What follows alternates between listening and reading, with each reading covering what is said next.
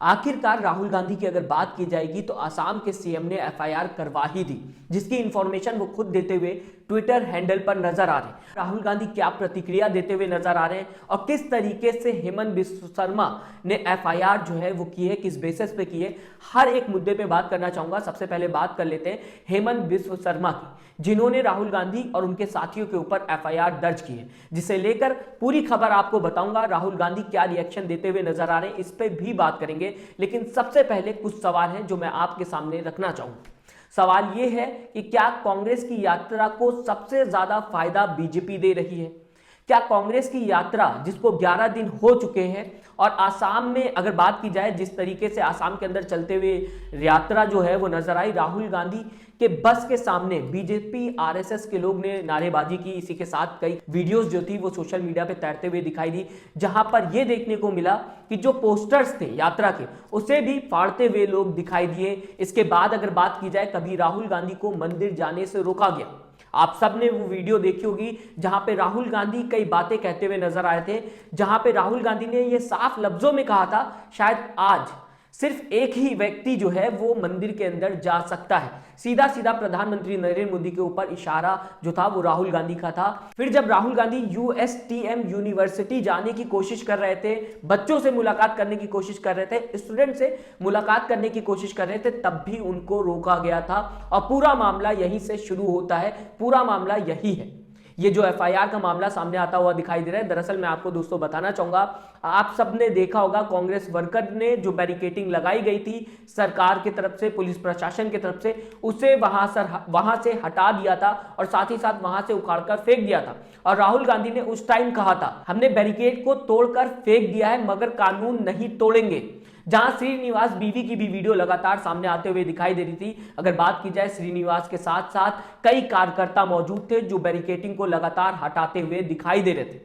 राहुल गांधी इस बीच कई बातें और कहते हुए नजर आए थे। राहुल गांधी ने कहा था कि इस रास्ते से बजरंग दल की रैली निकली है, नड्डा जी की भी रैली निकली है, जिस रास्ते से राहुल गांधी जाते हुए दिखाई दे रहे थे, जहां पे बैरिकेटिंग लगा दी गई थी, मगर कांग्रेस की पद यात्रा को रोका जा रहा है, बैरिकेटिंग जो है वो लगा दी गई है। ये शब्द उस समय राहुल गांधी के थे, राहुल गांधी कहते हुए नजर आए थे। पहले मैं आपके सामने राहुल गांधी की ये वीडियो दोस्तों रखना चाहूंगा, जहां पे राहुल गांधी कई बातें कहते हुए दिखाई दे रहे थे, जब बैरिकेटिंग को तोड़ते हुए कांग्रेस के कार्यकर्ता दिखाई दे रहे थे। और उसके बाद खबरों में आगे बढ़ेंगे, बताऊंगा मैं आपको क्या ट्विटर पर असम के सीएम जो है हेमंत बिस्व शर्मा लिखते हुए दिखाई दिए। लेकिन सबसे पहले राहुल गांधी के वीडियो आपकी आंखों के सामने। इसी रास्ते से बजरंग दल की रैली निकली,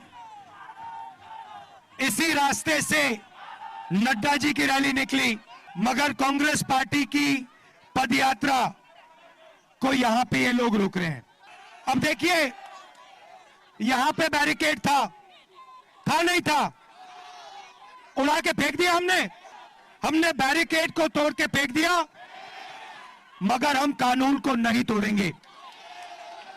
असम के चीफ मिनिस्टर तोड़ सकते हैं, होम मिनिस्टर तोड़ सकते हैं, प्रधानमंत्री तोड़ सकते हैं, मगर कांग्रेस पार्टी का कार्यकर्ता कानून को नहीं तोड़ेगा।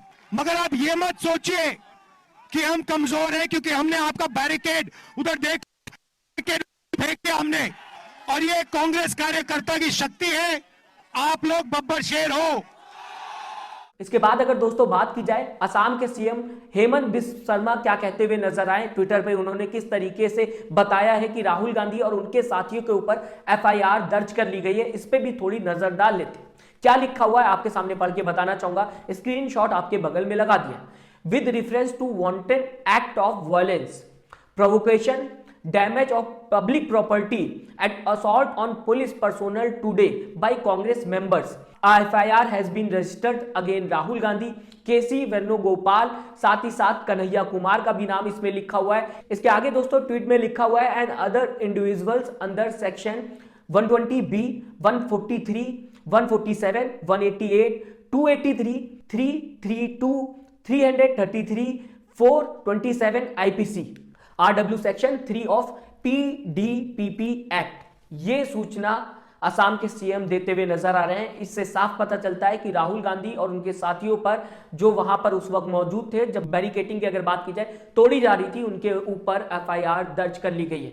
हालांकि ऐसे प्रोटेस्ट हम सबने कई बार देखे, हर बार प्रोटेस्ट में देखने को मिलता है, जब भी आपने खबरें देखी होंगी कि बैरिकेडिंग सबसे पहले लोग हटाने की कोशिश करते हैं जब पुलिस लोगों को रोकने की कोशिश करती है। जब भी कोई आंदोलन होता है वहां ऐसे बैरिकेडिंग हटाते हुए लोग दिखाई देते हैं, मगर एफआईआर की अगर बात की जाएगी पहली बार ऐसा देखने को मिल रहा है। आपको तस्वीरें में लगातार दिखा रहा हूं, आप देख सकते हैं बैरिकेडिंग कितनी बार हटाई गई है जब भी प्रोटेस्ट होता हुआ दिखाई दिया है। फिलहाल दोस्तों अगर राहुल गांधी की मैं बात करूं इस बीच, तो आपको बताना चाहूंगा कल जो प्रेस कॉन्फ्रेंस राहुल गांधी ने किया था उसमें यही बात की गई थी राहुल गांधी की तरफ से कि जाने अनजाने में बीजेपी लगातार ये जो यात्रा है भारत जोड़ो न्याय यात्रा, इसे हाईलाइट करते हुए दिखाई दे रही है और इनडायरेक्टली कांग्रेस की मदद भी होते हुए दिखाई दे रही है।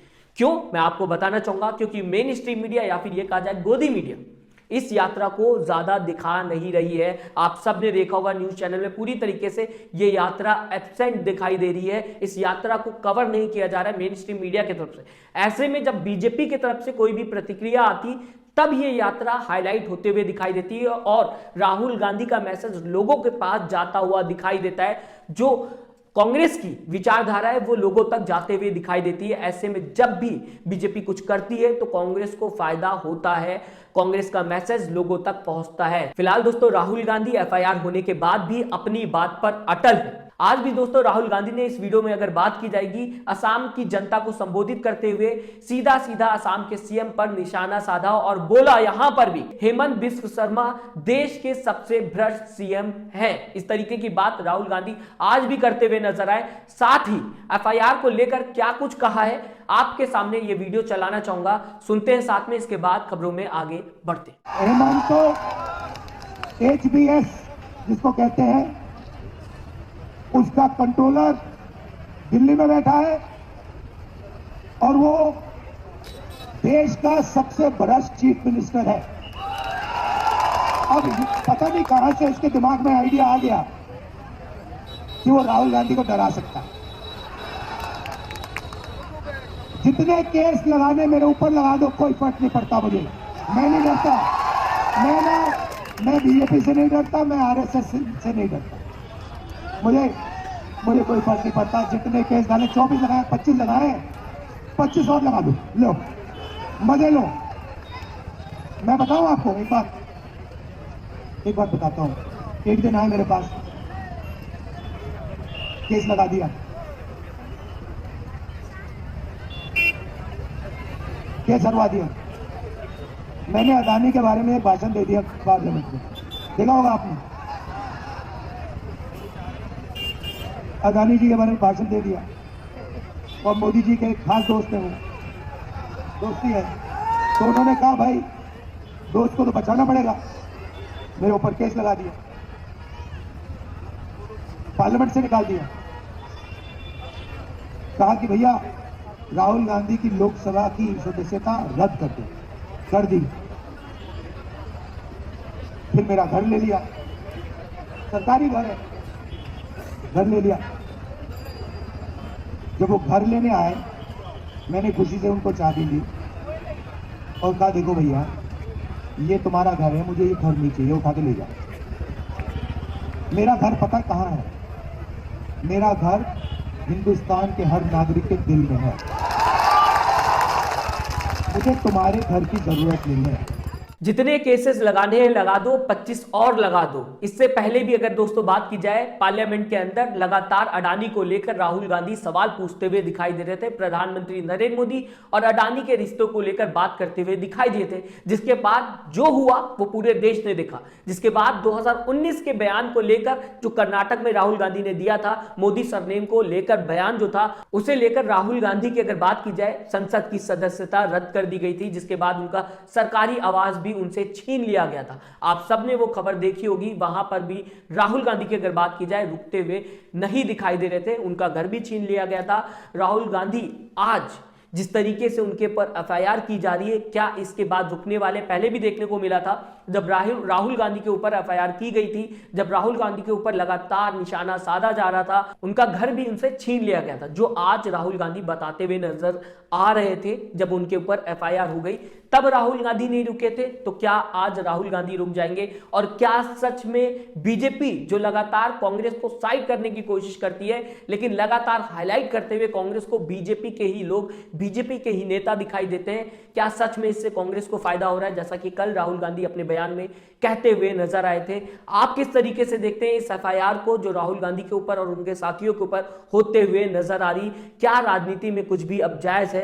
क्या यात्रा निकालना गलत हो जाता है? अपनी राय हमें जरूर दें कमेंट बॉक्स में। साथ ही साथ दोस्तों, चैनल को सब्सक्राइब और वीडियो को लाइक करना ना भूलें।